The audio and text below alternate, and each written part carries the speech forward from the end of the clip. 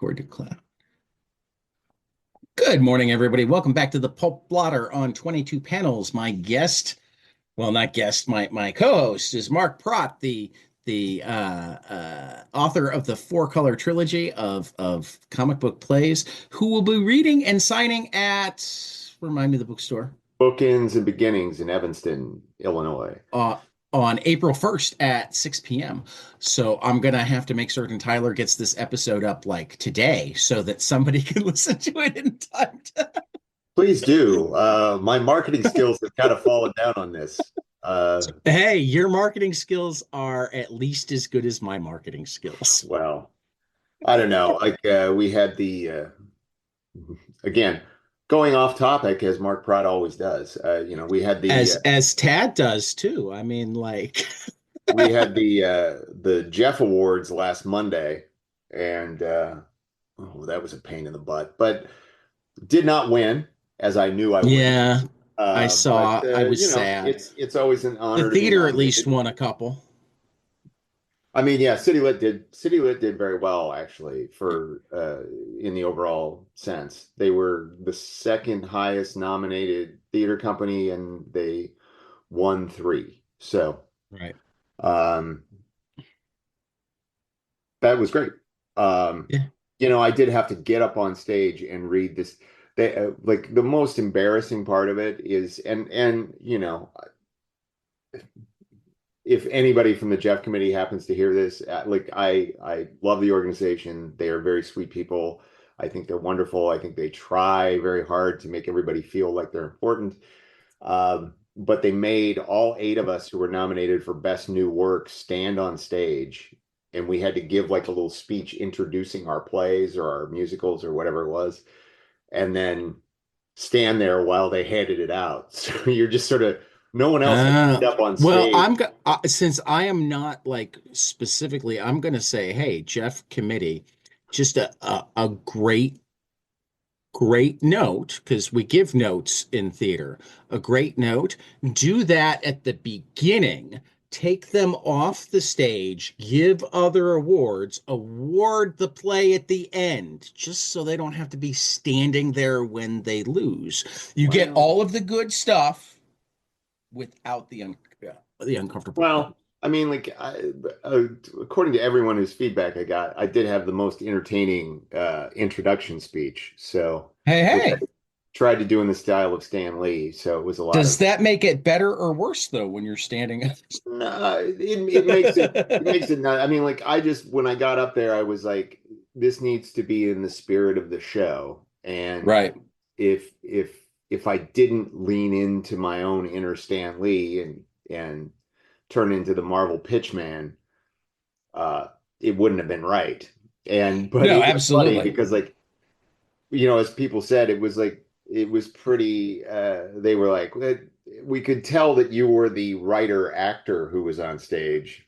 I mean, I think even cooler would be if they did those pitches at the beginning, and then the audience voted throughout the show, and they could change the outcome of who got the award. I don't think that they didn't see the will show. Ever happen. Like, don't vote on my speech. Which is why vote on the show. They should. And like a lot of people came to see the show, and I loved it. I love everyone who came to see the show. They shouldn't have the full voice, but like I assume there's a committee that votes anyway. So give the audience one vote on that award, and if something was close, they can tip it. What is this? The Rock and Roll Hall of Fame? No. The last thing, like, look. I'm trying to make the Jeff Awards. This is a real so academic conversation about something that we don't need to have a conversation about. That's what I'm going to say right now. All I'm going to say. That's fair. Let's move on to Tom Strong. I was very happy to be there. I felt a little dumb giving the little speech and standing there waiting to lose because I knew I was going to lose. No, see, Mark, my dumb ideas made my good idea sound better, though. That's the point. All right. So, hey, let's talk Tom Strong. I mean, like, we're kind of moving away from noir here and more into just pure pulp fiction. Well, and Uh, that's one of the reasons we decided to name it the Pulp Blotter, because that's right. we knew right off the bat that we didn't actually want to be constrained strictly by noir. Yeah. Well, Um, noir always gets you, detectives and that sort of stuff. And I think that the legacy of the pulp magazines and pulp fiction in general um, is so pervasive in the world of mainstream comics that um, it's I think it's important to really talk about that. And I think that, things like the Shadow and how the Shadow influenced Batman so much. And right. in the case of this particular book that we're talking about today, which is Alan Moore and Chris Sprouse. Chris Sprouse's Tom Strong, Right. uh, very, very, very, very clearly a riff on Doc Savage. Uh, Hmm. to the point where it made me think, it put a smile on my face, and it made me think of my love of other Doc Savage pastiches, Hmm. specifically one of my all-time favorites, which of course is The Adventures of Buckaroo Banzai Across the Eighth Dimension, Right. which, like, I thought about that movie a lot when I was reading this. I need Um, to go watch that movie again. I oh, think I watched it in an age where I was only able to see it as camp rather than well, I mean, it's definitely camp. I think there's camp right. in the book. I mean, I No, no, think, no. But like I appreciate Batman 66 more now than I did as a teenager. I well, yeah. appreciate it probably almost as much as I did as a 5-year-old when it was the greatest thing ever. Right. Well, I mean, like, Um, I think when we talk about things like camp, um, and I mean, not to get too off topic, because like this book, there is elements of camp to this book, but I oh, do not think absolutely. this book is camp. Right. But I think that, like, when we specifically talk about the 66 Batman show, um, I think the biggest problem was that that was such a pervasive image of Right. the character for so long that that when I was in my early and mid teens, um, my I even say resentment about that show. It wasn't necessarily about the show, which I could enjoy on its own merits. It was about that This was is what people think that's Batman what is. everybody thought it Right. was, and when you Right. would try to say, no, there's this great book, The Dark Knight Returns, or Right. Batman Year One, Batman Year people would be One. like, what the hell are you talking about? The bang Right. pow zap shit. And Right. and of course the uh, I remember um, one of the shows got a review, and the headline was like bang pow zap. And Jeff Trexler from the Legal Defense Fund, he on one of my social medias, he's like, "Oh, you got bang pow zapped finally." It's like, it's just so, it's the easy way out, and it's the Right. easy, and I think that that show, which is wonderful in so many ways, like, it's just that lasting sort of Right. thing that makes it somewhat troubling. It Right. reduced it anyway. But I mean, like, Yeah. camp, it's like I was talking to somebody about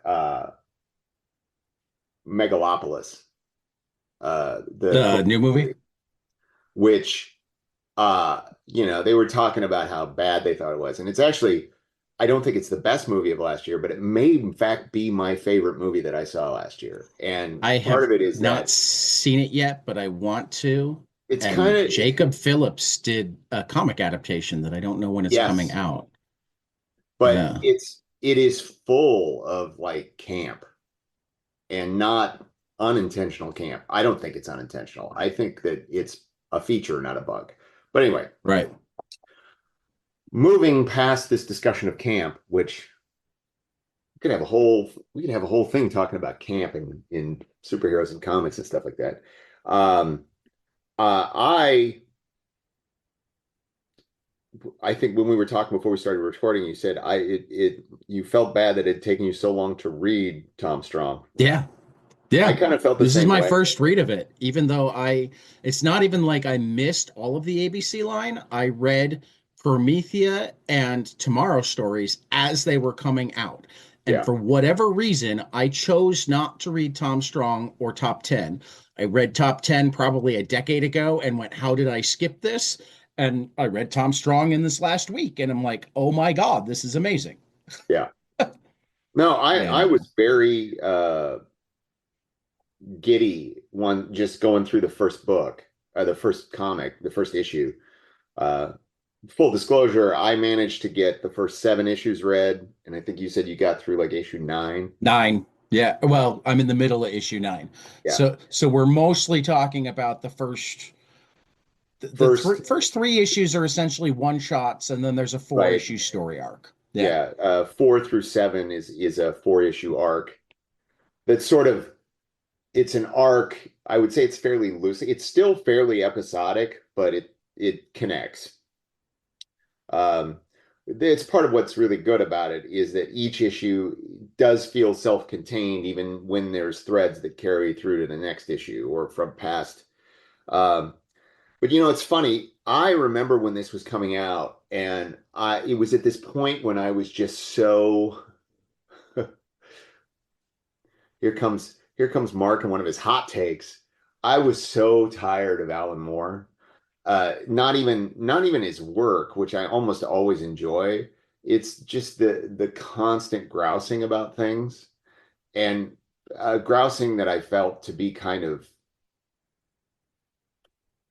somewhat hypocritical. I think that That's fair. I think that and it was very specifically, I remember my thoughts about this book because it was right at a time when he was very upset about the Watchmen thing and the V for Right. Vendetta thing and and he kept talking about how, the original creators should have control over these characters. And then he launches into this thing that seems like a lot of pastiche work based on other people's work. Right. Or in the case of Lost Girls, something that is very specifically using somebody else's work in a way that I don't think the people who originally created those characters would have liked. Right. Though And at least they were public domain at the time. yes, or yeah, I mean, and like it public domain, yes, but he also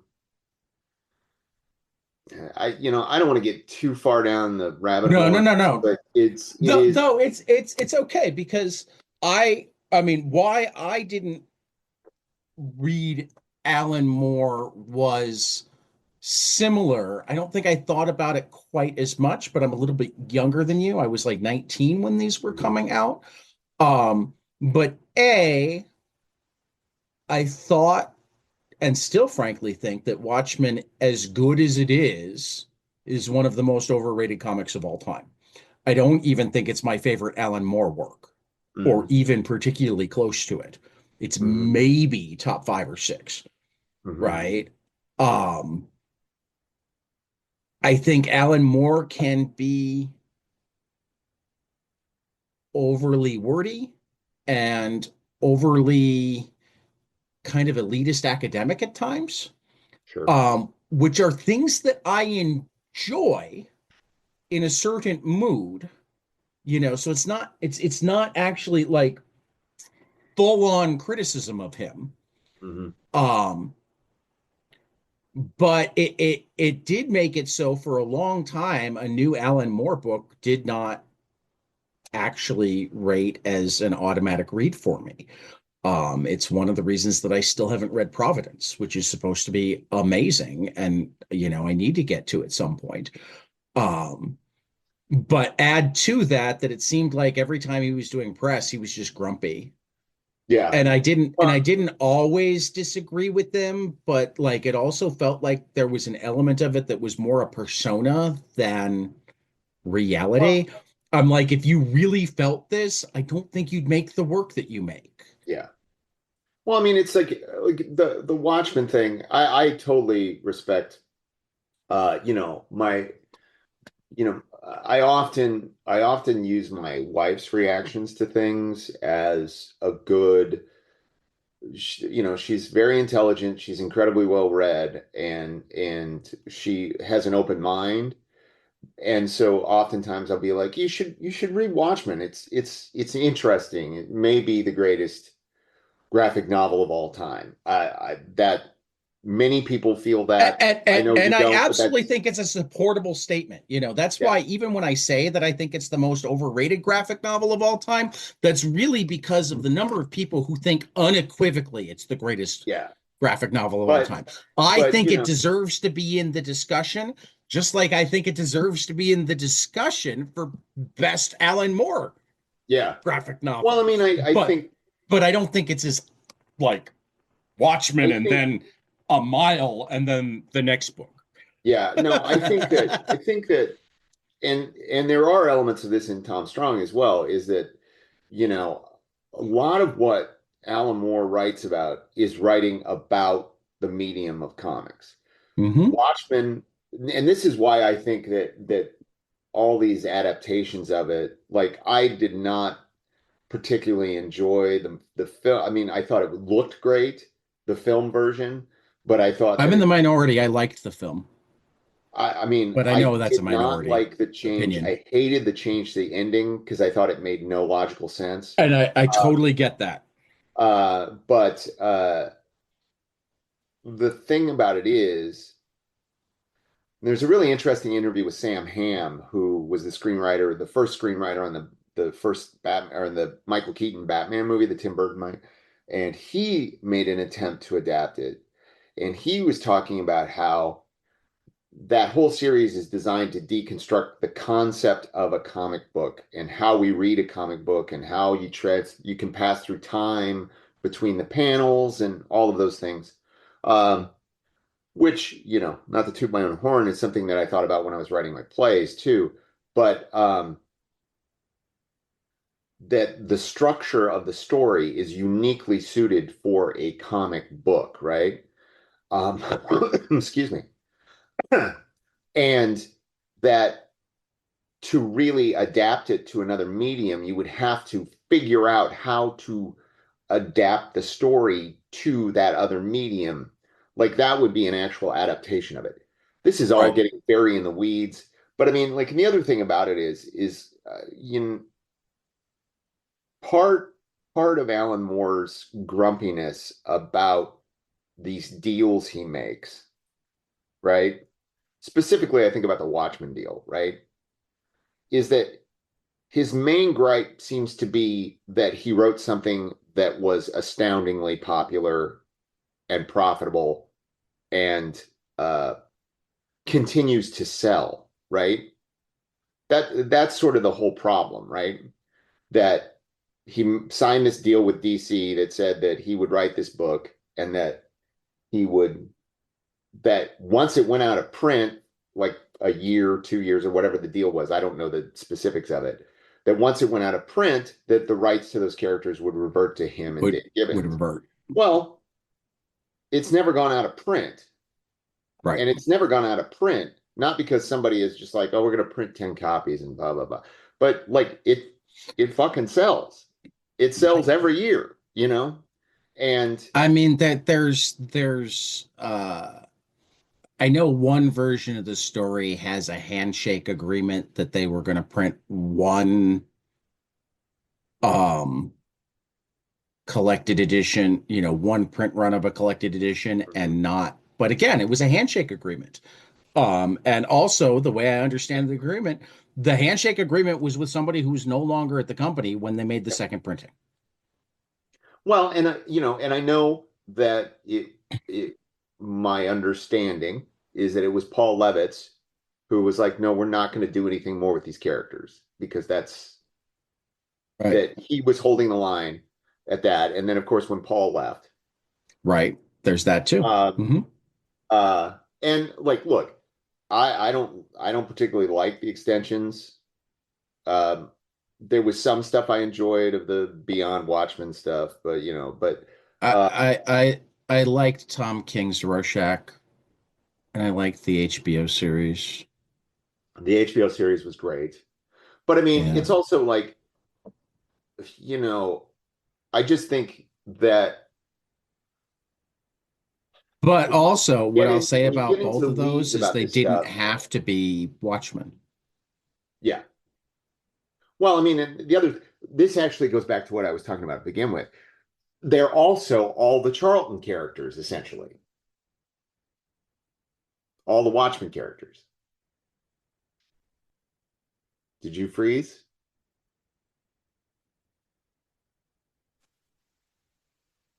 You there? Hey, look at that. It kept recording, so we're in good shape. Well, right And in it the came middle of back this with the thing, you're going to recording have in me progress. saying, "Did you freeze?" Hey, yeah, that's fine. I came back. Um, but like it kind of goes back to this whole thing where you look at Tom Strong and it's like, oh, it's Doc Savage. It's Right. flat out Doc Savage. It doesn't have as many ancillary characters, but when you look at Watchmen, you can sit there and go, okay, yeah, that's Peacemaker, that's Captain Atom, that's it's all the Charlton characters. Right. And and And that's how it started. that's how it started. And um so there is, to me, it's like to me it seems like a big bouillabaisse of weird stuff that created that book.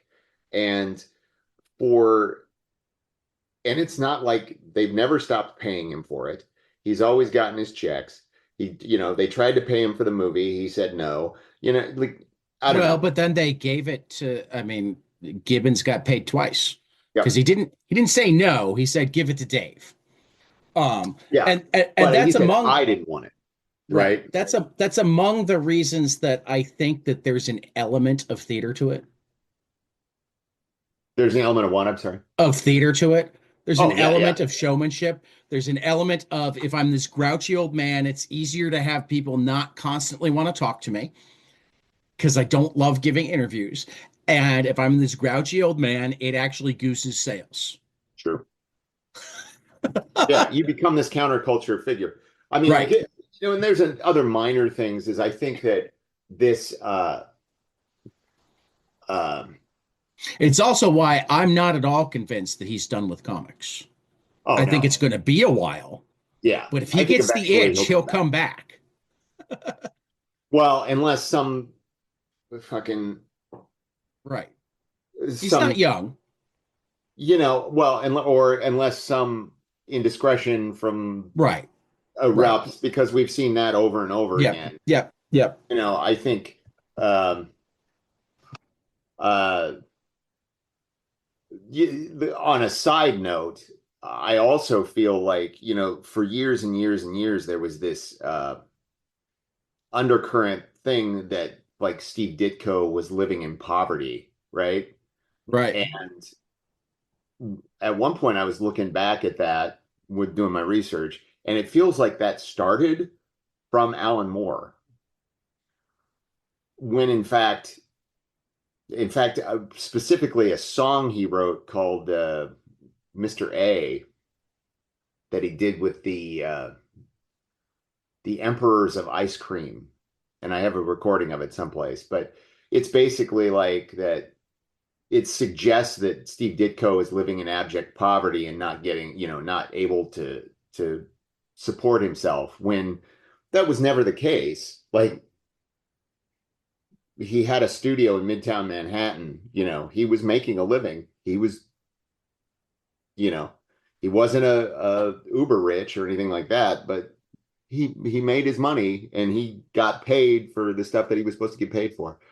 But anyway, that is a long, long involved thing of my gripes with Yeah. Alan Moore. I mean, of course, in recent, I remember, oh my God, there was somebody I was talking to on another podcast who we got on Alan Moore, and it was right after his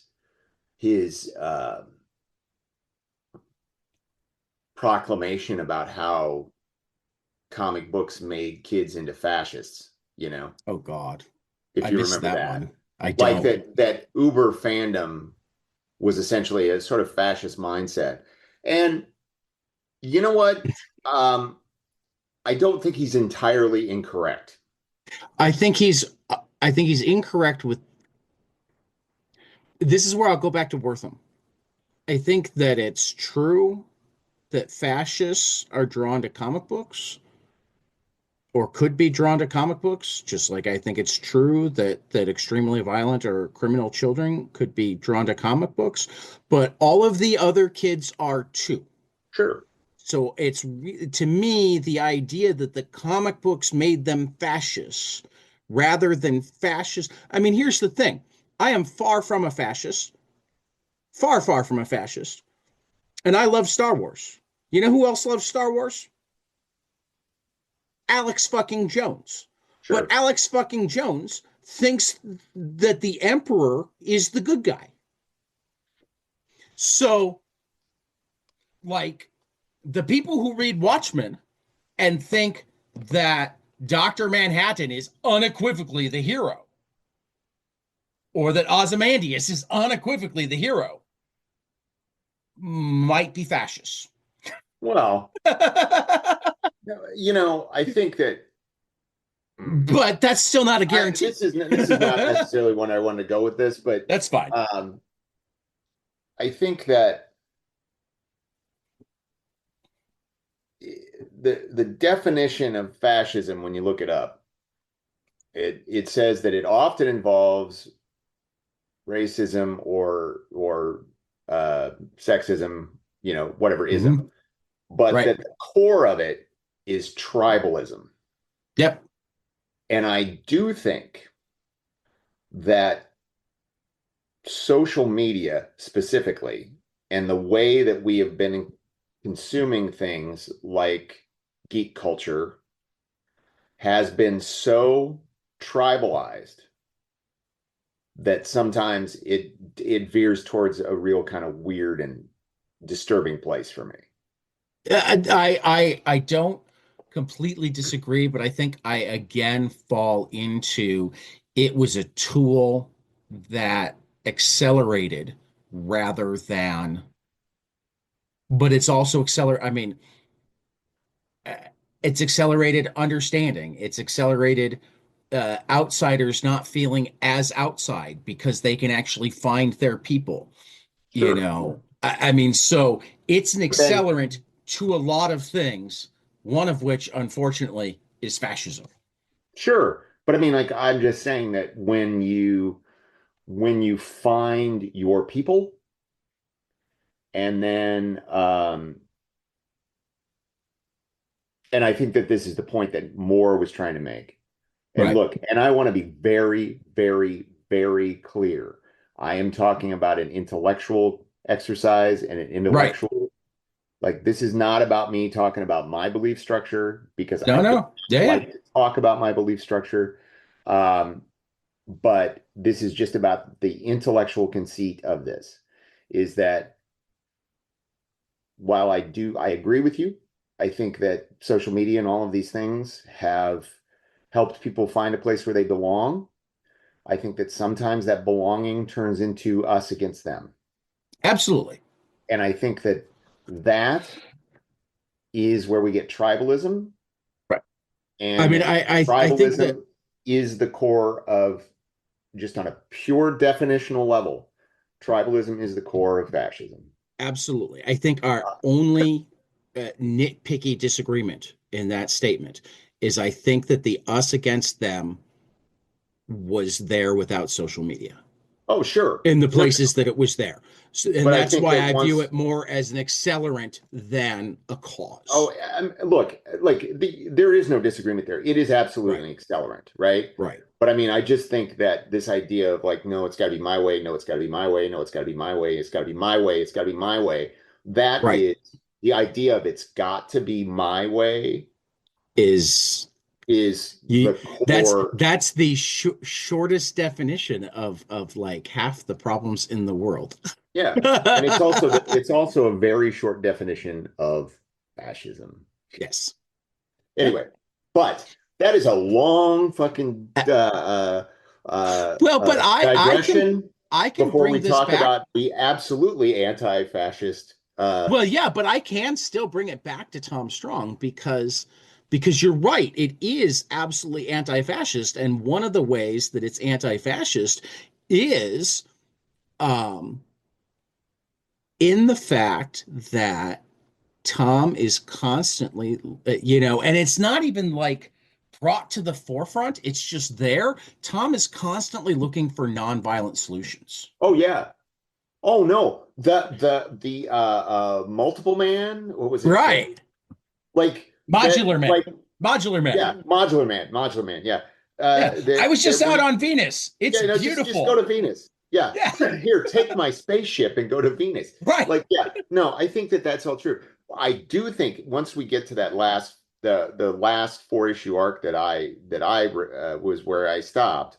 Well, we can go in any order. I mean, this is a book Well, club, no, Mark. We but don't have to just go. think I think it's really interesting that what we have is we have Ilsa, the she woman of the SS, Right. um, who fantastic fantastic callback to uh, 1960s exploitation movies, Yep. grindhouse pictures from the 70s, Pulp Fiction, like all of that stuff. It's pure Raiders of the Lost Ark, evil Nazi hokum, and not that evil Nazis are hokum, but I mean, like, Right. the way it's used in this storytelling is Pulp Fiction hokum, right? Um, I hate having these conversations because I know somebody can take this out of context and make me sound like an asshole, but Yeah, but like this is where I'm going to say we can trust my mom, John, and Britt. They're not going to yeah, take this. but I put these up on my website, man. Oh, that's right. I don't know what to say at that point, man. You're trying to get more people to see.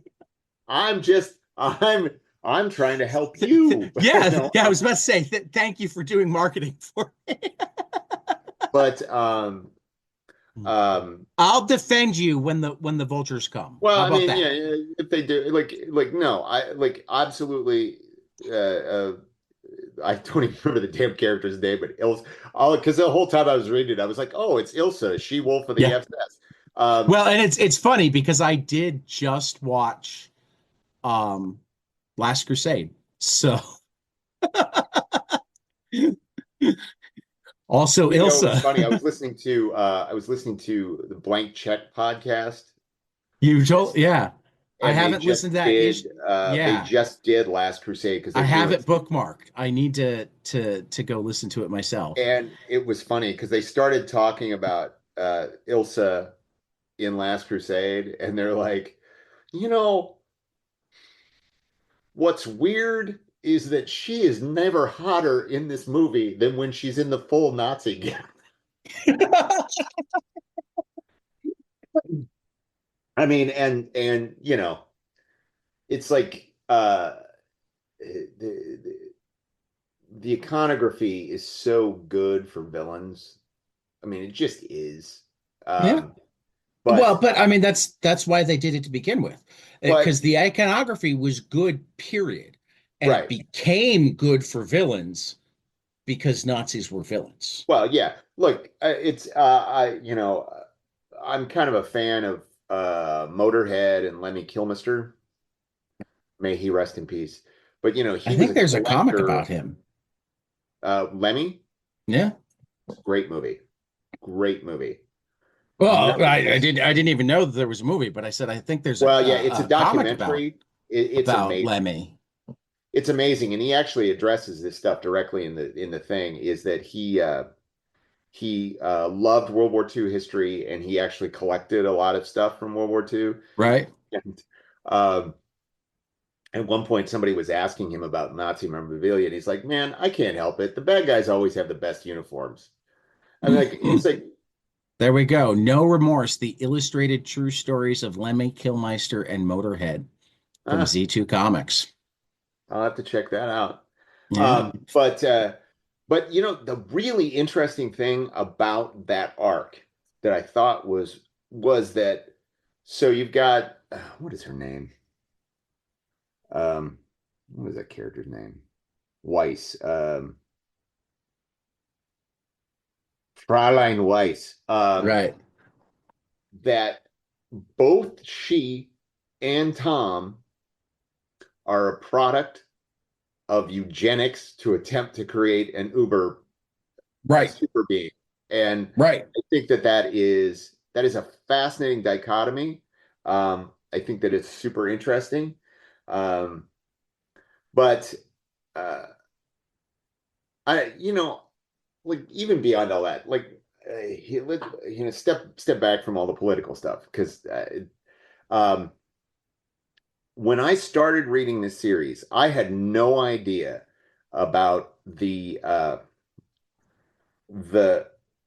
the conceit of it, where there's always another story in the middle of the story Most of the time, anyway. Yeah. most of the time. There are Um, some where it just winds up being an anthology issue. right. Yeah. Um, but this first issue where the kid gets his copy of the book from the strongman of America, what is his Right. Timmy Yeah. Timmy Turbo. The kid's Timmy name is Turbo. Timmy Turbo. Turbo. It's Yeah. Yeah. so fun. Yeah. Yeah. Yeah. But like when he I love the art style for the Timmy Turbo part of the sequence. Yep. Yep. And you know, I just the whole thing is just and it goes straight at all of those sort of I don't want to say problematic, but questionable storytelling tropes that came right out of the The 20th Pulp. century's pulp magazines. Right. Uh, goes right at them. I love it. Every time Tom comes flying in his little helicopter pack with the walk, walk, walk, walk, walk, I'm just like, this is awesome. Like this Right. whole thing is amazing. Um, and the one thing we can say about Alan Moore is that whenever he shifts, because later on, in the middle of man, I'm jumping around like crazy right now, but That's okay. in the It's middle, it's the type of book that just does that to you.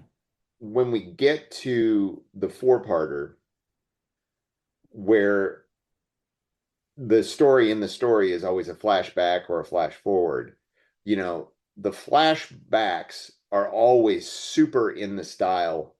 The writing is totally in the style Right. of Of whatever. whatever Like era. the when they go to Pangea, Yeah. it's 100% EC Comics horror title. Yep. They even change the typeset of the lettering, not to because in the EC Comics were true typeset, right? Right. So it's not that kind, but I mean, I remember I turned the page and I was like, oh wow, they're trying to emulate that. Um, and it's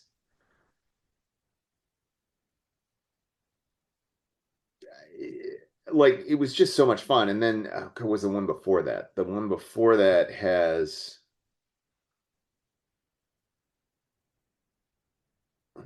what is it? Well, I There think, was I mean, one. go ahead. Let me think. While you're thinking about that, what I'll say is I don't think enough people give Alan Moore the credit he deserves as a comics historian. Mm. They talk about him revolutionizing comics. They talk about him making great comics. They sometimes talk about him hating comics, which I don't think at all is true. Um, Well, I mean, but I think like that he is such a student of comics I think this. and storytelling in general. Oh yeah, no, like look, no one who doesn't understand the history of comics as a medium, specifically superhero comics, no one who doesn't understand all of that could have written Watchmen. Right. Because that Watchmen is a commentary Hmm. on everything, right? I It's like mean, I said, frankly, nobody who doesn't understand the history of comics could have written Miracle Man, Yeah. which is one of the Alan Moore comics that I think is better than Watchmen. Yeah, yeah. Oh yeah, no, Miracle Man's genius. Right. Genius. For that But matter, his also an offshoot from the Golden Age Captain oh, Marvel, absolutely. you Absolutely. know? Um, For that matter, I don't think anybody who doesn't understand Pulp Fiction at the level that he does, that he shows in these books, could have written Halo Jones. no.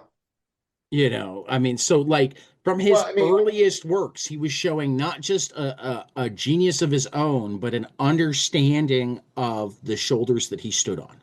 yeah. I mean, like even down to the League of Extraordinary Gentlemen, Hmm. where you Which have was an ABC comic. yeah, It and was the first is ABC comic. yeah, Yeah. and like specifically, is that late 1800s prose Right. sci-fi, Hmm. full like a deep, deep understanding of it and a Right. deep encyclopedia knowledge of it. Right. I mean, I will say this kind of circles back to what we talked about before, which I don't necessarily want to go back to, but I think that this idea that he hates comics because like this is the conversation that I had on that other podcast where it was Right. like because he said that and I the feel whole like he was either being cheeky or taken out of context. well, I think he was talking about this tribalism thing and Right.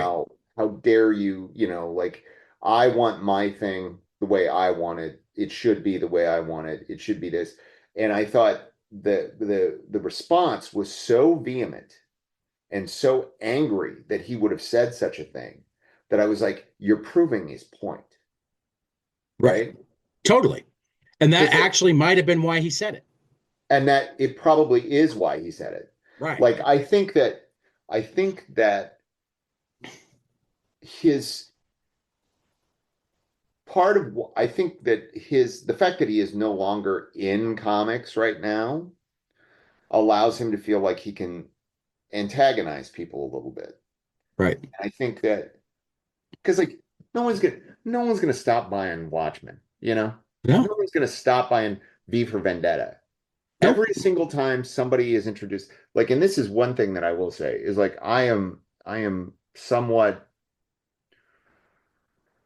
fed up with the idea that comics are just a feeder thing for movies, but Right. I will say there isn't a single person who saw and was truly moved by that V for Vendetta movie who didn't immediately go out and try to find that book. Right. My wife, my wife loved that movie, Hmm. loved it, and immediately read it um and probably grasped it better than I did when I first read it. Because I need to go reread that at some point. I remember when those books were coming out from DC in the 80s. Because I it's was another buying. one that a lot of people like more than I do. Mhm. Um, I've read Watchmen enough that I'm confident in how I feel about it, but I think I've only read V for Vendetta twice, and Well, I was and V much for Vendetta, younger both times. I think V for Vendetta in a lot of ways is a clear statement of Alan Moore's politics, right? Yeah. Especially because again, much like much like the Watchmen movie, the ending sort of undercuts the point of the movie. Because in the movie, we basically see an army enforcing its will on others, supplanted by another army enforcing its will upon others, right? Right. However we feel about the politics of both sides, that's what it is. That is an intellectual statement on my part. That is not a statement of, Right. Right. I Right. keep trying to cover my ass here, but the book is about anarchy. The Right. book is about everyone living their life the best they can within their realm, right? That's Right. what that's what that book is about. And it was funny when I was coming out, I don't know, 14, 15, and I was reading it and I thought it was awesome and I thought it was so cool. And I remember I was in the LCS picking up the latest issue and it was getting close to the end, right? And I was like I said to the clerk, I was like, who do you think V is going to be? And he looked at me and he goes, you know what? I don't think that's the point. Right. And it blew my fucking mind, right? Right. It was like one of those first moments when I was like, it's not the point. Right. Like the idea is that everyone is behind that mask. And Right. it isn't, it isn't about, it isn't about an army of people wearing those masks. It's about you putting that mask on and asserting your own individuality. Well, And and like I think that is Alan Moore's where the space that Alan Moore lives in. and I'm going to circle that back to Tom Strong. Is Mhm. that like Tom and his family winning and defeating the evil is never as much of the point as how they do it. Yeah, absolutely. It's always, um, so like part of Alan Moore's philosophy is absolutely, but I don't even know if I agree that it's a totally anarchist philosophy because like he's laying that out and the anarchy like, but really it's the ends never justify the means. Right. If Yeah. you can't justify the means, then the ends that you get aren't the ones that you're going to want. Yeah. No, no, of course not. Yeah. You know, Yeah. and I think that's actually an important thing in this particular moment where, Oh, yeah. people who think kindness is a good thing, people that think learning history is a good thing, people that think, you know, all humans are essentially created equal is a good thing, find themselves on the back foot. And Sure. you hear a lot of them talking about, I've heard a lot of really horrible ideas from people that I generally agree with lately. Yeah. And As it's have I. understandable Yeah. because we're scared. But Well, I mean, like, the thing about it is like that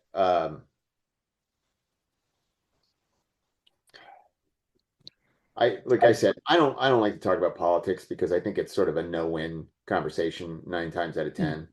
Um, I like to talk about policy and people, though. I but I don't like, will I mean, say that's one of the finish things that saying what you're going to say, but one of the things that troubles me in this moment is that there are a lot of people who I hear talking about empathy who don't seem to see empathy as a two-way street. right. That there are people who made a decision that we can say was wrong and that was dumb and that was Against their own interests, blah, blah, against their blah. own interest. But the fact of the matter is there was something that they were hurting from or Hmm. needed or Hmm. wanted to be addressed that If you write them off we didn't listen as, to them, right? yeah, if you And I'm write not them talking off about as the hardcore stupid people. There's or always going to be the shit, people in yeah, the 30% and the people in the 30% who are so mired in their thing right. that they're never going to be moved. I'm talking about the people who are But I'm just not like, even talking about moving them. yeah. And the thing is that the If you people can't who show win, empathy for them, even though you don't care about changing their mind or don't think that you can right. change their mind, then But there's who are also you? people that you can move. There And are. if you're just going to say, fuck those people, well, you're not going to move them, you know? Right.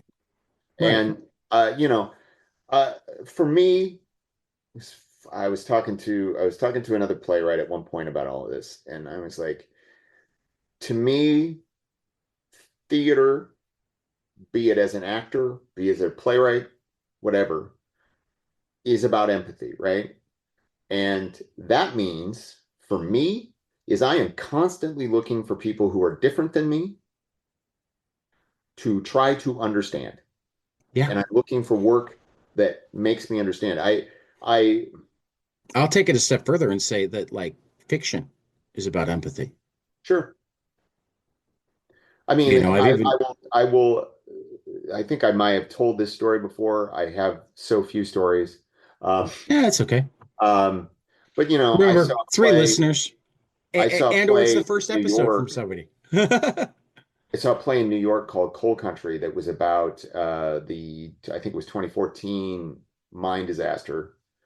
And I thought it was one of the most moving pieces of theater I'd ever seen.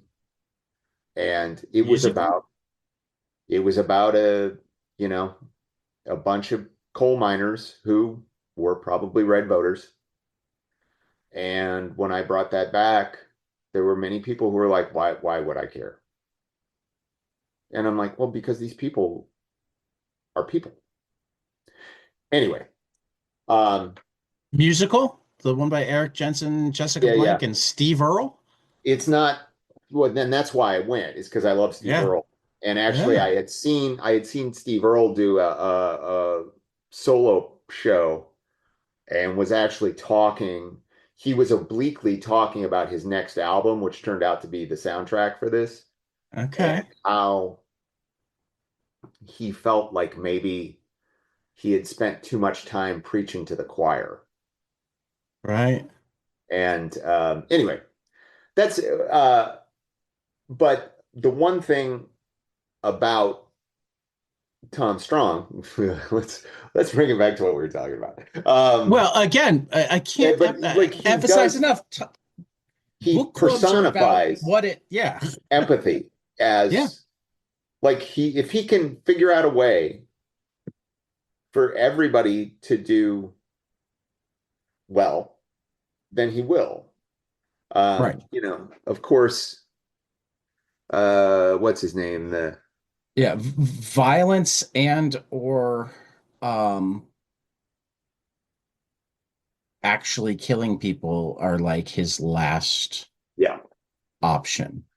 You and know, I think he understands that there are times oh yeah, that there's it's nothing much you the can same do. thing. It's the same you know, like you have the characters that have that rock, like that. I think it is intrinsically part of the character to have a rock hard line of no killing. I think Right. that's Batman, right? The Right. nature of his origin suggests no killing. Uh, that hard line actually is not appropriate to a soldier like Captain America, right? Right. He's going to see a moment when that's going to be necessary. My argument has always been like, I actually think that Superman can have a moment when he can say, "All right, got to do it." I don't find that I don't find that an upending of the character. I find that as um, I mean, like, I abhor violence. I abhor war. If you allow things to get to a point where there are people in concentration camps, sometimes expedience is necessary. well, Um, I mean, look, Marshall Rosenberg, who wrote a great book called uh, Nonviolent Communication, talks about the preventative use of force. mhm.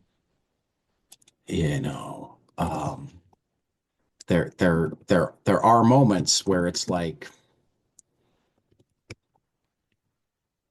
you have to. Um, what sucks is the number of times people feel like they get to those moments long before there's, I think, reason to believe that. Well, I mean, I also think that there's a lot of people who advocate for that moment who Right. are never going to step up themselves, Right. right? That it's Right. just an intellectual exercise, right? Right.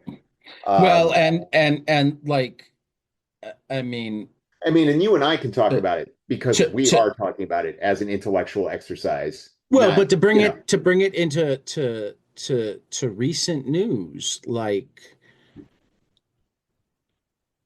in the shuffle of the fact that there was a reporter on a war chat, something that's that's been kind of overlooked is the fact that one of the things said was, we got so and so. He was walking into his girlfriend's building and we leveled it. Hmm.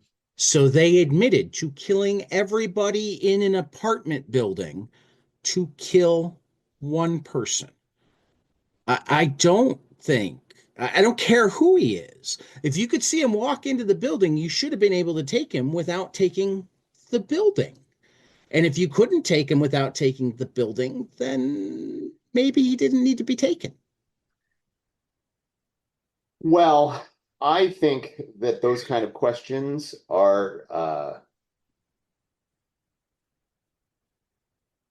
the kind of questions that you want to have a sober, intelligent, and um, thoughtful Non-emoji person filled. make making those decisions, right? Like I think we can all say that. I think that, like I am definitely one of those people who thinks that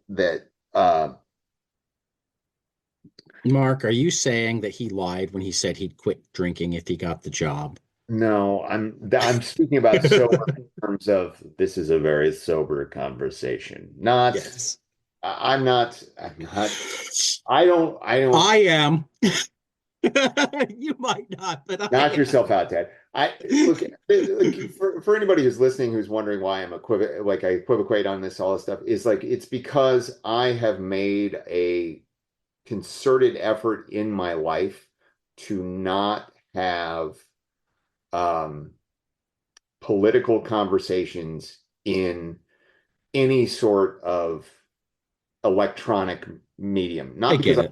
not afraid of people hearing it, but it's because I like to look people in the eye and I like to if Right. you and I were No, sitting and having a conversation over I, coffee, I it would be one thing. I It's get just and that respect that, and I'll try to be more respectful of it. yeah, no, it's I respect anybody's opinion on anything. It's just that I Right. feel like these I feel like these conversations, like I have several friends who I follow them on social media, and it seems like all they do all day is look for people to pick fights with. And Right. these are people that I agree with, right? Right. But I'm just sitting there going, like, what does this I, accomplish for right. anyone, And right? I think that's an important distinction. And sometimes I'm just doing humor. No, yeah, Here I no, was no, doing no, no. mostly Look, humor. I'm not.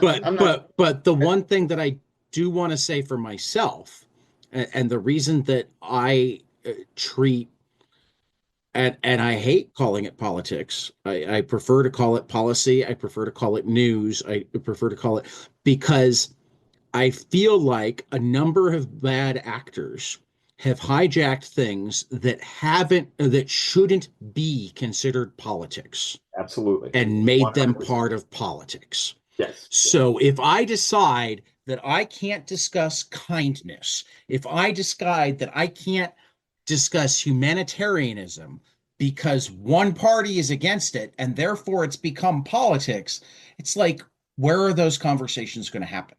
So I try to be as empathetic as possible for voters that disagree with me. To a certain extent, I try to be empathetic to politicians that disagree with me. But I think to not have some of these conversations because they're politics is equally dangerous. yeah, no. Look, this has gone way off the But reservation, it but has and it hasn't because I think that that's the underpinning of Tom Strong here. oh, I think so too. But I mean, I'm just saying, I feel my feeling is discussing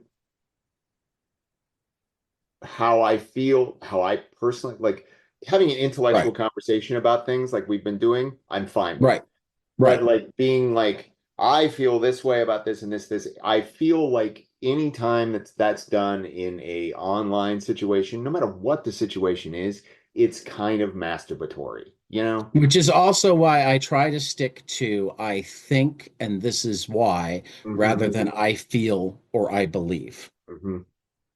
I mean, like I Thoughts can, can be changed. yeah, It's harder to change beliefs. I Thoughts are think, based on ration and logic. Feelings are more based on experience. And don't get me wrong, experience and feelings are incredibly important. There is a time to talk about your feelings. And sometimes it's even in this space, but we need to make certain that we're differentiating between the two. well, This I is mean, what I feel and why, this is what I think and why. Because among other I things, mean, even with me, my thoughts and my feelings don't always line up. yeah. I have much stronger feelings about gun control than I have thoughts about gun control. Mhm. Well, I mean, look, and the thing is like what I love about what to bring it back to Tom Strong, uh, Yes. um, is that, yeah, I think you are right. I think that there is an awful lot of that inside these stories. And I think that what is useful, from my perspective as a writer, as an actor, as somebody who tries to be a storyteller, um, is to infuse those things into a story that is accessible to anybody who picks it up, right? Right. And I think that this book is fantastic at that, right? Right. Oh, well, and Uh, I'll go that step further because one of the challenges when doing something like this is to raise questions and encourage thought mhm, without preaching. And I mhm. don't think it preaches. No, I don't think it does at all. I think, for that matter, I think that it raises questions based on your level of engagement. I don't think you can read it without asking some questions and thinking some things. But there are so many levels that like if you're not ready to confront the question, it doesn't force you to. But it's still there because you like it enough that you go back and reread it. Right. Well, I mean, like just coming back to what I was talking about Tom and the I'm going to keep calling her Ilsa, She-Wolf of the SS. Yep. Uh, like that, Fräulein Weiss. Fräulein Weiss, yes. The fact that they are both the end results of Of a eugenics. eugenics thing is Yeah. like that is a Insane. fascinating thing, right? Like, because like you even like okay, you've got I sorry, and I hate to always be bringing it back to superhero books, but I mean like this is so tied into that Oh, it history. very much is. But like when you talk I about mean, Doc Savage is like Batman is Doc Savage plus the Phantom yeah, I mean with a cape. and we all know that Doc Savage is one of the core building blocks of Superman. Right. It's Clark Savage, Clark Kent. He the first Fortress of Solitude in the Arctic was Doc Savage's Fortress of Solitude. You know, there's actually a number of things there that could have been a lawsuit if somebody really wanted to do it. But I think also but that goes back to the earliest days of this stuff that nobody thought this stuff was going to last. So No, why would we, but which is funny, and that's but I another will say, discussion. But finish your point. uh, um, I don't know. I don't know that I actually had a point, but actually, it does bring me back to one thought that I had that I was sort of disappointed by was that in issue number 6, the flashback story, it feels very golden age. It doesn't give a date like most of them do, but it feels very like 1930s-esque. And Dave Gibbons does the artwork for that section, and I really wish that they had gone for something that really looked like Siegel and Schuster or Jerry Robinson or Dick Sprang kind of thing, something that Yeah, really looked golden age, because they that makes do that sense. in other six. I mean, like, and I realized that they wanted to use, they got a superstar artist to come in and do it. It's sort of the same thing when Jerry Ordway does the Pangea flashback. Um, it would have been so cool if they'd gotten somebody that looked like one of those EC artists, Right, had right. that, or Gibbons or uh, Ordway had really leaned into trying to capture that style. I mean, I don't know. Like that's one of those things where I'm sitting there as a storyteller and I'm like, God, that would have been so cool. But at the same time, I'm like, yeah, but you're trying to sell comics and you want somebody in whatever the late 90s. What was this? Early 2000s this came out? The first was in like mid 99. So like, and I think it might be right Oh, I after haven't. the last issue that you read. Like, there's a story where I think it's, yeah, right. It's the issue after you read, um, Well, see, and that makes even more that sense. deals with the millennium. Right. Um, but that makes even more sense because you're coming right out of the crash of the Right. 90s. So you like, yeah, okay, we're gonna get all these hotshot artists and put them on this book and make sure that it looks like their work. But I feel like the writing and the way that more, because we know how detailed Alan Moore's scripts are, right? In terms of like, this is the panel placement, this is how Right. panels, this is Right. what we're going to do, this is what's in each panel. We know that so it's so clear that he's going for these sort of like, again, sort of like Watchmen. We're going through a history of this sort of pulpy storytelling style. Um, that there is that part of me that's like, man, that would have been so cool, is if instead of getting Jerry Ordway to draw that Pangea thing, get like, I don't Rick know, Alan Veitch. Davis or somebody to come Right. back, who I think he was still alive at that point, but that would have Yeah. been amazing. Um, so I mean, like that's the criticism I would kind of lay on it. But I mean, again, actually thinking about this all coming out like starting in mid 99, that's like, man, they were so Uh, desperate I for I anything. I I want to make something really clear, just for people who were just listening. Alan Davis is still alive. He, I think he he, passed away. uh-uh.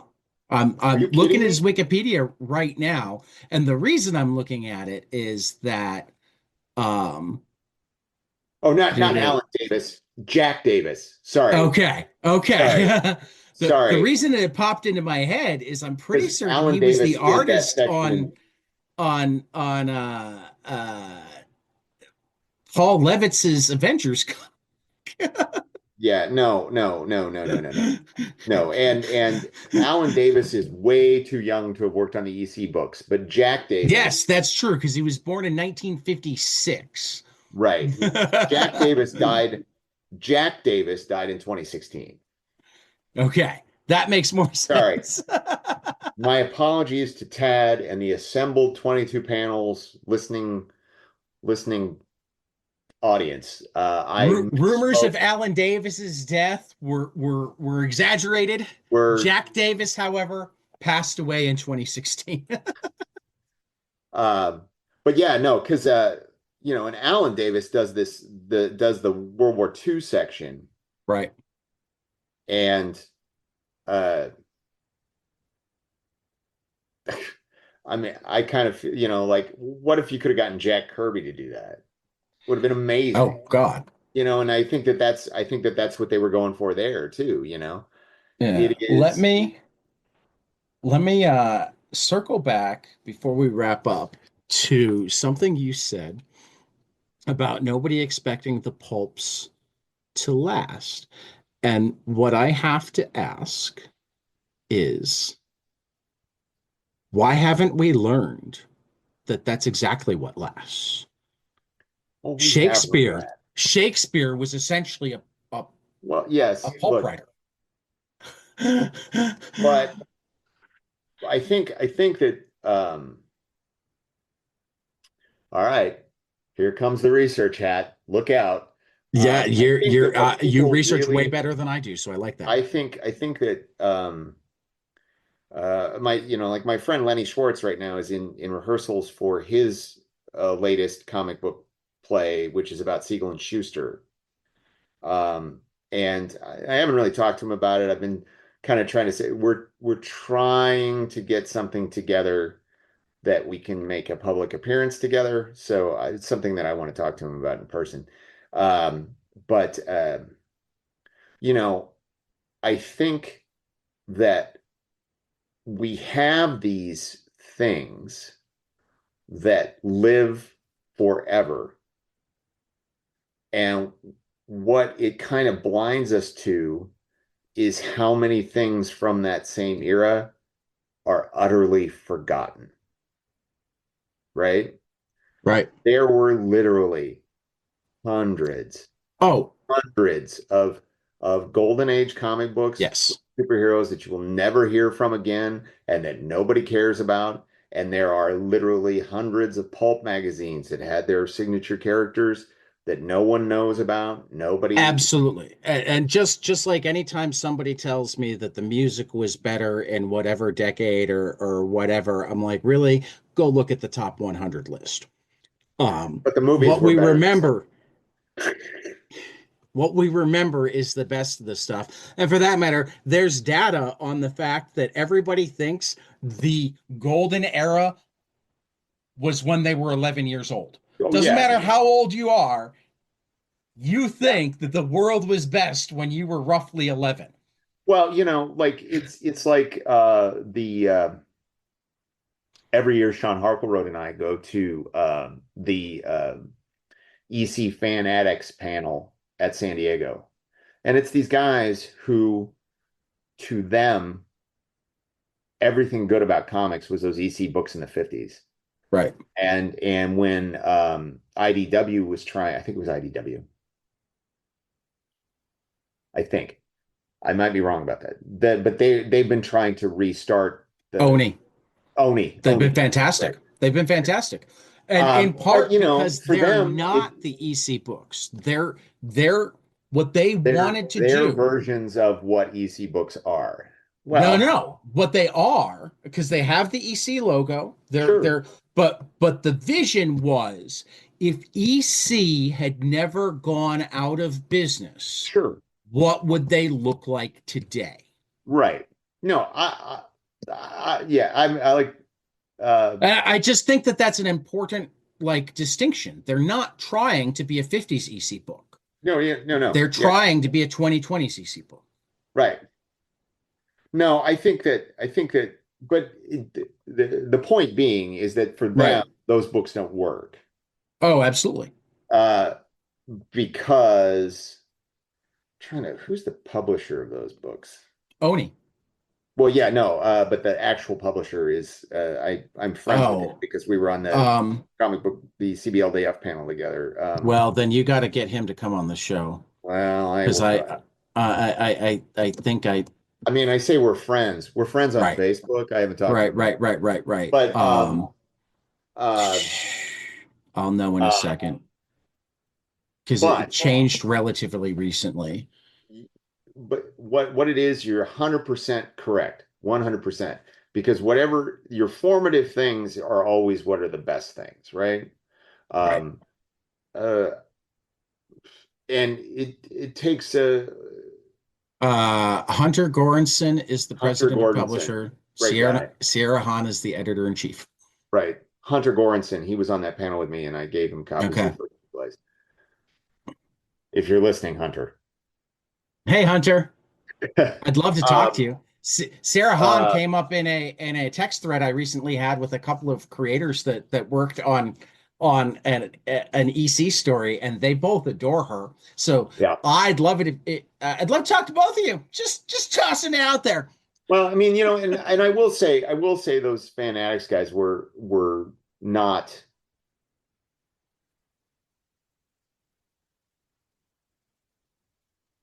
aggressively angry about anything. They Right. were just like, yeah. In And other that's words, there were more, this is what I like and that, think well, that like it's than exactly what you're talking about. It's like that strict tribalism. their tribalism, and also, but also like this is the thing, because I mean, tribalism is the core of Well, I bad meant things, but it's tribalism also, as in let me fight your tribe. yeah, it's just like, I really like this, and this, it's like, Your uh, thing's good, my thing's good. I mean, because like that's the difference. it's like watching all of these people talk about that. I'm not going to even get into this, but it is, but like to get to what you're saying is that it's because so much of it was disposable, Right. and no one knew what was going to hit or what wasn't going to hit. That I agree with, but also I would be willing to bet that if we were able to really do a study, you'd be able to see that. I mean, because here's the thing. Uh, I knew what good music was in the 90s, and it's the stuff that we're still listening to now. So I bet you there were people that knew what was going to last. Whether or not they Yeah. could convince everybody else that we needed to like pay more attention to these things rather than those things, I'm Well, certain that there were people that knew uh, of course there this were. Of course there were, Tad, because that's why Superman right. sold billions and millions of Right. copies, Right. and like Or this Howard Wonder guy, he's Man actually didn't. a step, this Howard guy, he's a little bit better than the other pulp writers. Or Right. this. Right. That like when Robert E. Howard brought Conan out, somebody went, "Oh wow," you Right, know, uh, and that caused people to buy the books, and they, right, like. But the thing is I think that it's real easy to get confused about the way people reacted to something after the fact versus people who are like, "This might work. Let's try it," right, because the idea of saying this might work, let's try it, is making a decision right. that, but it's also like,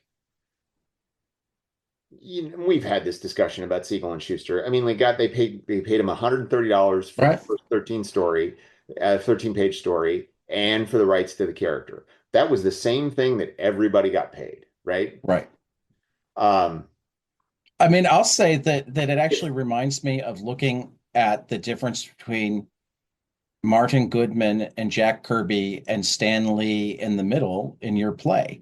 Martin Goodman was just like, they're doing this, do this now. And Stan Lee had some sense, or Stan and Jack both had some sense of what was actually good mhm. and possibly oversized egos in terms of my stuff is better. Well, yeah, but I think that in any case, I mean, and to your point, Tad, I mean, you think it's all overwritten, so. Sometimes I just yesterday called Amazing Fantasy number 15 among the most perfect 11 pages of comics ever. And that was an 11 Rockets podcast. Yeah, no, it is.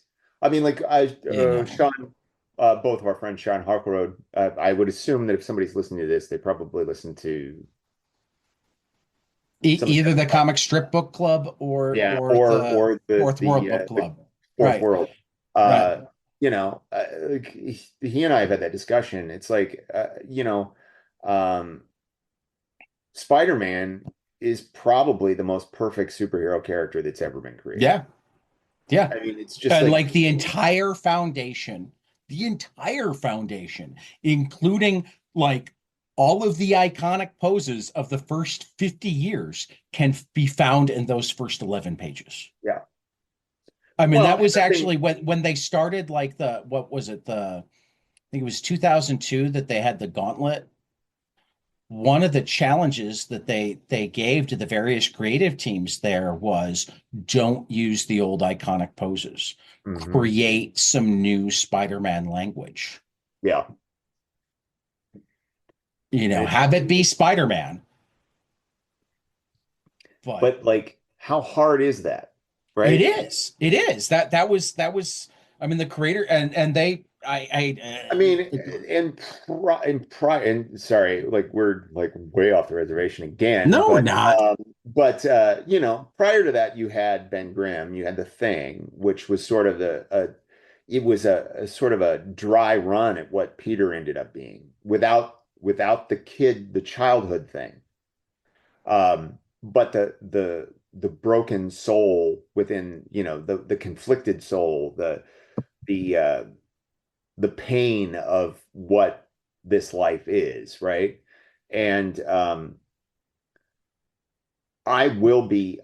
be honest, like I got over here on my shelf, I have the collected Joe Maneely Yeah.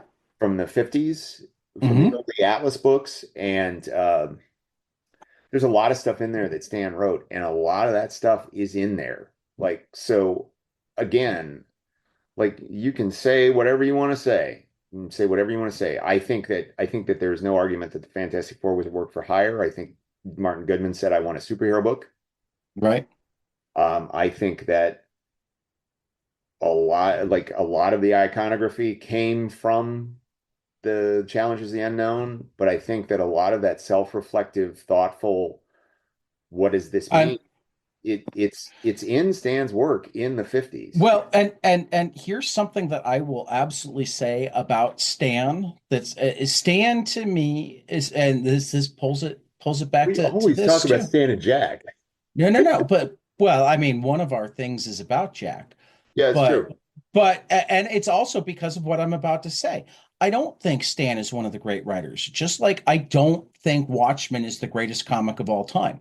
I do think Stan is among the most important writers, and Watchmen is among the most important, if not the most important, single comic of all time.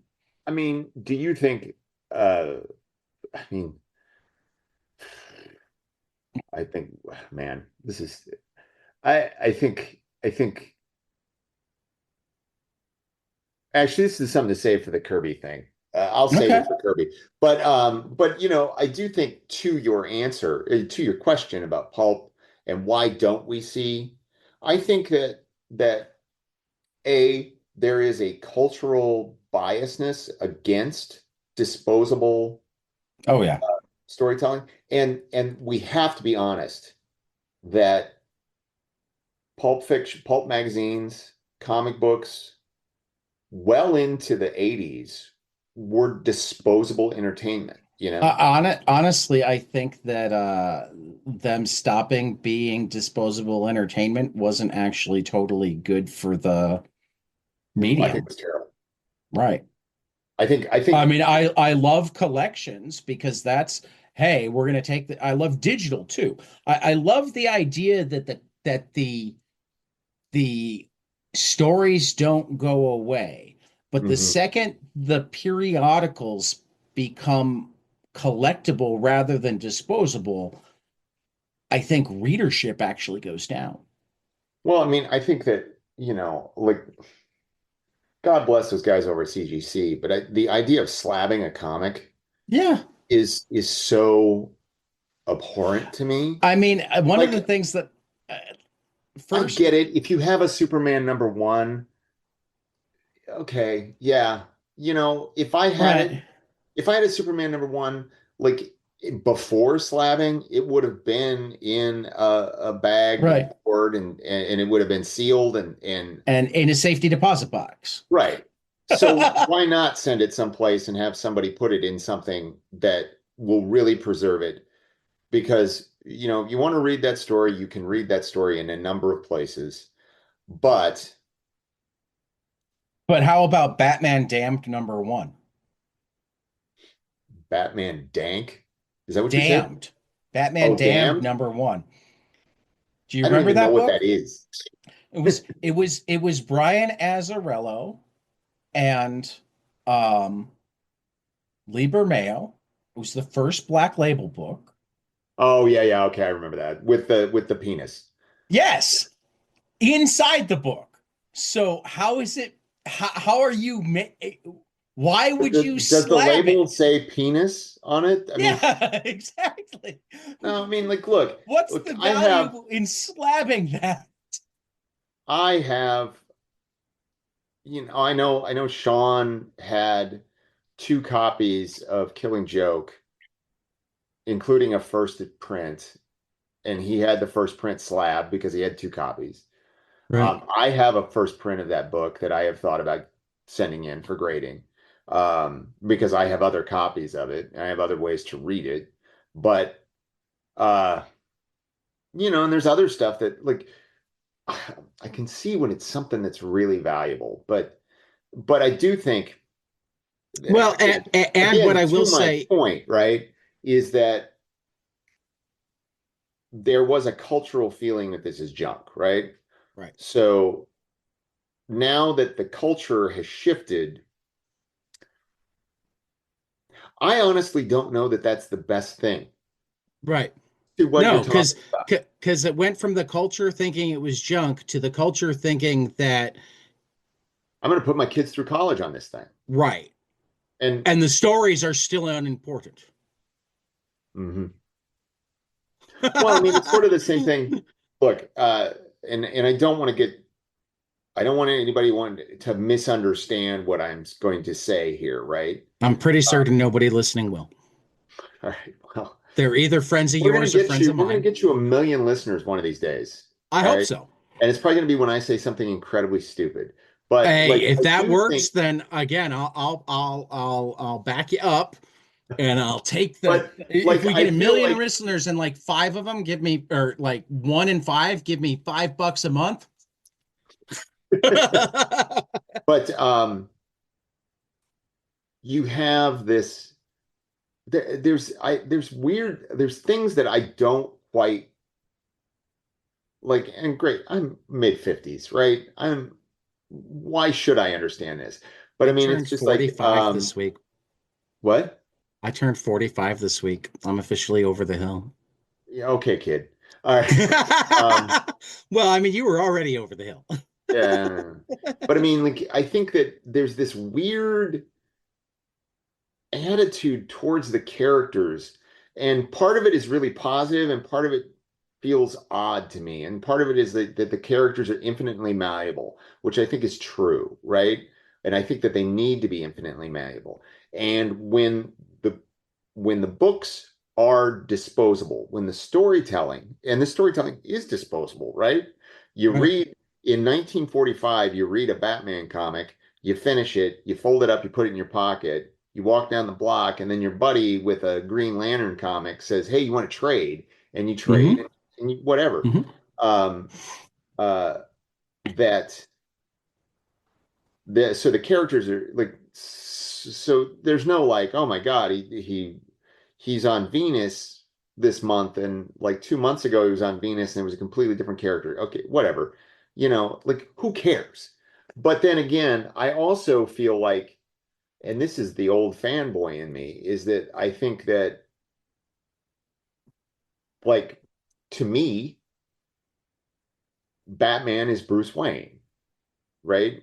It's not just anybody you stick in that suit or 35 different versions of Batman that are all different people, right?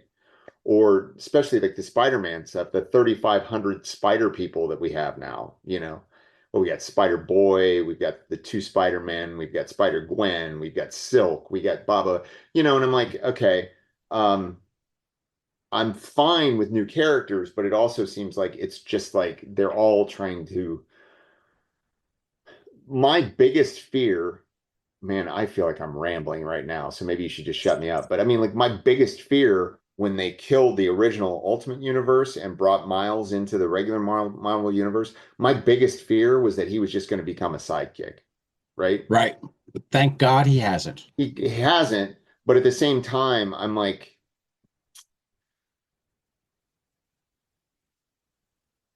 for me, I'm sitting there going like, that's not Spider-Man. Peter Parker is Spider-Man, right? I mean, I And get you. I get that, but Miles is my Spider-Man.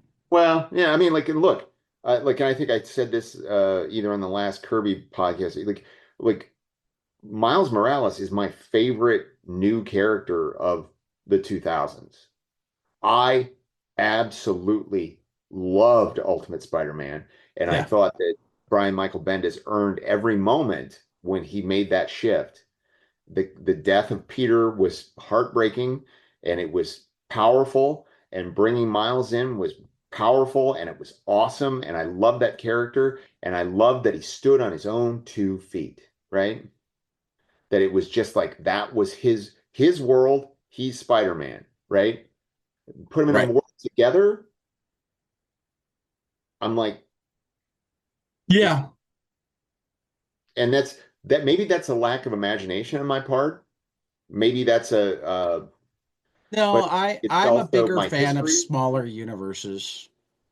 I mean, it's one of the reasons that I have trouble following the Marvel or DC universe is like when you cram that much into it, it doesn't feel as real, Well, I I mean, guess. there's a certain there was like I'm so tired of the multiverse right now in terms of other media, right?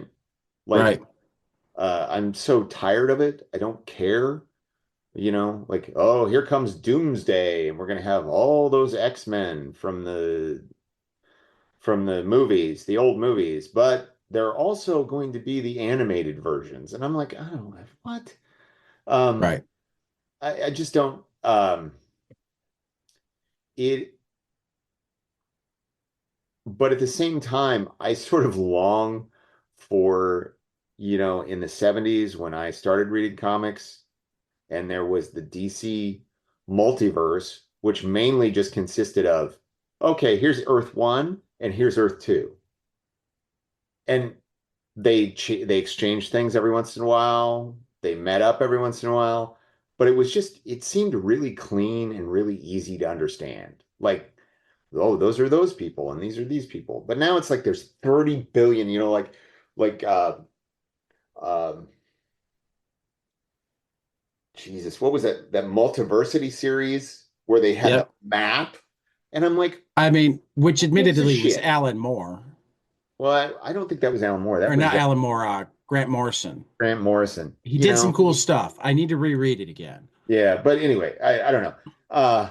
This is a very long-winded answer to your very simple question, but I think that like all of this stuff that we're talking about has become so important to so many people, or to such, I don't want to say so many people, to a very specific and very devoted fraction of our society that um,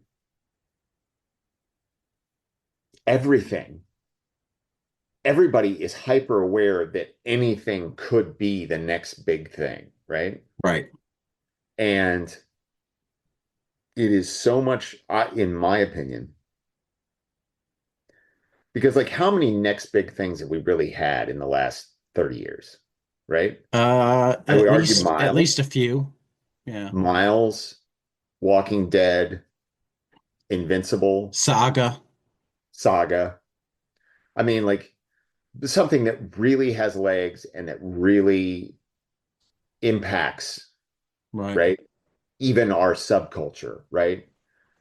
But for the most part, we're still running on these characters that were created in the 30s or the 60s, right? Um, Or the 1890s. Sherlock or Holmes the is still 1890s. around.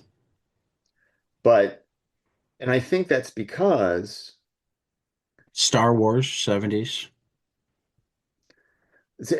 Star Wars, like, now I'm trying to maintain sort of an idea of like publishing, right?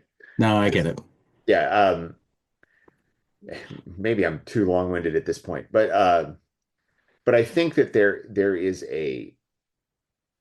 I think that the disposableness, I think what you asked me is like, why don't we know that these things are important, right? And I think it's because if everything is important, or if the marketing is that it's important, then the ones that actually are important end up getting swamped. You know what I'm saying? See, I mean, I love your answer, but I was actually quibbling with the idea that nobody knew that they were important, which Well, I mean, is like what I thought you obviously, said to begin with. I'm like, no, I think there were people who knew. so you let me talk that long I was for loving your answer. It was a misunderstanding of good answer. semantics. It was a good answer. But I mean, the apocryphal nobody, finger quotes, Right, knew that it was going to be, right, right, when right, Siegel and Schuster turned in Superman, they were like, this is pretty good. We'll publish this. right, They didn't think that a year later there was going to be a Superman Day at the World's Fair, you right, know? right. They didn't think that a year later there was going to be a newspaper strip. They didn't think there was going to be another comic book within 2 years. I mean, like that by putting something out, it allowed it uh, to find its place, right? And then there's other things that are not going to find their place, and that they're going to just get swept away, or there Right. will be such a derivative thing that nobody cares, the Great Wonder Man thing, where Hmm. uh, you know, Will Eisner is asked to make a copy of Superman. They end up I getting mean, if sued. somebody's gonna do it, Eisner. Yep. But But anyway, I mean, that's a very long-winded answer. But I mean, I think that, I mean, it is interesting. Like, uh, and you probably have another thing to record, don't I you? do. Well, not So to I record, should wrap this up. just It is fascinating to think about this because I really enjoyed this book, Tom Strong. Um, and but I was thinking about it. I was like, why do I never hear about this anymore? right. No, that's true. And actually, I actually think that that's where we go back to the collectible thing. Yeah, Because like I laugh at how often come across incredible things from the 90s and 2000s that I can go out and get single issues for $1 a piece, $2 a piece, mhm. eh, even though the handful of things from that period that are really expensive also aren't that good. Right. Well, I mean, but that's also because all of the major publishers were printing millions of copies, right? Like that was Right. they had convinced everybody they were going to have all the, like, and here we are again. They're going to have all these variant covers. They're going to have the foil covers. They're going to have the hologram covers. They're going to have a blah blah blah, and that they flooded the market. Right. So, like, that's why there. How many real collectible books are there from like the late '90s? Not many because of that. Right. Oh, my favorite is Death of Superman was like $200 3 weeks later and $20 now sealed in bag. Yeah. You know. Um, And, you know, but we do need to wrap. So I'm going to say yeah, Mark sorry. Mark will no, I I can get loved it. long-winded. We don't get the opportunity to go long-winded very often because we're generally both on schedules. So I'm going to say Mark will be at Books and Beginnings in Evanston on Tuesday night, assuming Tyler gets this up today, but I'm going to beat him over the head to get it up today. So hopefully people will be listening to it on Monday and can go to Books and Beginnings in Evanston on Tuesday night. I also just put that out on Blue Sky for you. Um, and this was a blast. I love Tom Strong. I'm going to be reading more. I'm going to tease a little bit. Mark and I actually already talked about an idea for the ABC universe for the future, though I don't know it's really a universe as much as just a collection of comics. It's more like EC than An imprint, DC. I think. Right. But yeah, Um, it's a really good idea. But I mean, it's almost like it is probably a year and a half down the road. year and a half down the road. But I'm gonna tease it anyway. Yep. And this has been a blast. And for 22 panels, this has been the Pulp Blotter, and we will see you after the next page. Hey guys, this is Tyler from 22 Panels. I'm here to tell you all about our Patreon. If you enjoy this show, please consider donating to our Patreon to keep this show going.